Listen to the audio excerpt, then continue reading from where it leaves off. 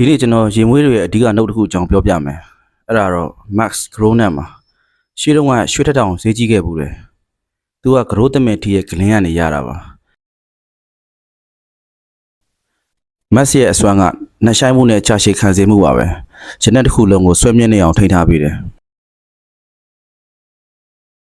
ဝမ်းနဲ့စရာသမိုင်း Max ကြောင့်ဂရိုးသမင်တွေမျိုးသုံးလုံးနေပါဖြစ်ခဲ့ရတယ်ဒါကြောင့်1989ခုနှစ်နောက်ပိုင်းနိုင်ငံတကာတားမြစ်ချက်အရအနောက်တိုင်းရေမွေးလုပ်ငန်းကြီးတွေဟာဒီက Max အစ်စ်ကိုမသုံးဆွဲကြတော့ပါဘူးအစားတို့အနေနဲ့သိပ္ပံပညာရှင်တွေက synthetic Max ဓာတု Max တွေကိုပဲဖန်တီးခဲ့ကြပါတယ်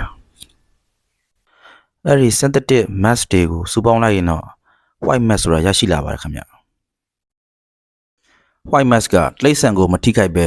Max ရဲ့ရနံ့ကိုပေးတဲ့အပြင်အကျိုးကျေးဇူး၃ချက်ကိုလည်းပေးပါတယ်တစ်တန်ရှင်းမှုနဲ့နူးညံ့မှု white Max ကရေချိုးပြီးကစားလို့ဖွေးဖွေးတန်ရှင်းတဲ့အနံ့မျိုးပေးပါတယ်နှစ်အနံ့ကိုတေချာထိန်းထားနိုင်မှု white Max ကရေမွေးကိုတနေကုန်ကြာရှည်ခံအောင်ဆွဲမြဲစွာကတ်ထားပေးပါတယ်သုံးရနံ့များသဟဇာတာဖြစ်စေခြင်းသူကရေမွေးပါတဲ့မတူညီတဲ့ရနံ့တွေအားလုံးကိုချောမွေ့ပြီးအဆင့်မြင့်တဲ့ခံစားချက်ရအောင်ပေါက်ဆက်ပေးတဲ့ကော်လိုပါပဲ white Max တာမကတေးဥတဖူတွေကနေထုတ်တဲ့ vegan Max လို့ရနံ့တွေလည်းရှိပါသေးတယ်အဲ့တော့ပြန်ပြီးအနှစ်ချုပ်ပြောရရင်တော့ Max အမျိုးအစား၄ခုရှိပါမယ်ဂရိုးသမင်တွေရဲ့ဂလန်းအနေထုတ်တဲ့ natural Max ဓာတုနဲ့ပေါ်ဆက်လိုက်တဲ့ synthetic Max နဲ့ synthetic Max တွေစုပေါင်းခြင်းနဲ့ရရှိလာတဲ့ white Max တဘာဝအပင်တွေကနေရရှိတဲ့ vegan Max တို့ပဲဖြစ်ပါတယ်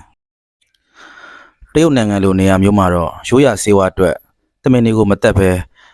Max ထုတ်ယူခြင်းကိုမွေးမြူရေး channel မှာလှုပ်ဆောင်နေစေဆိုတာကိုတော့ဘူတုဒအနေနဲ့သိထားသင့်ပါတယ်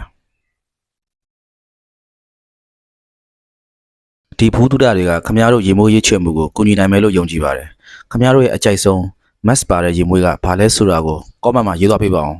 channel ကို subscribe လုပ်ထားဖို့မမေ့ပါနဲ့နော်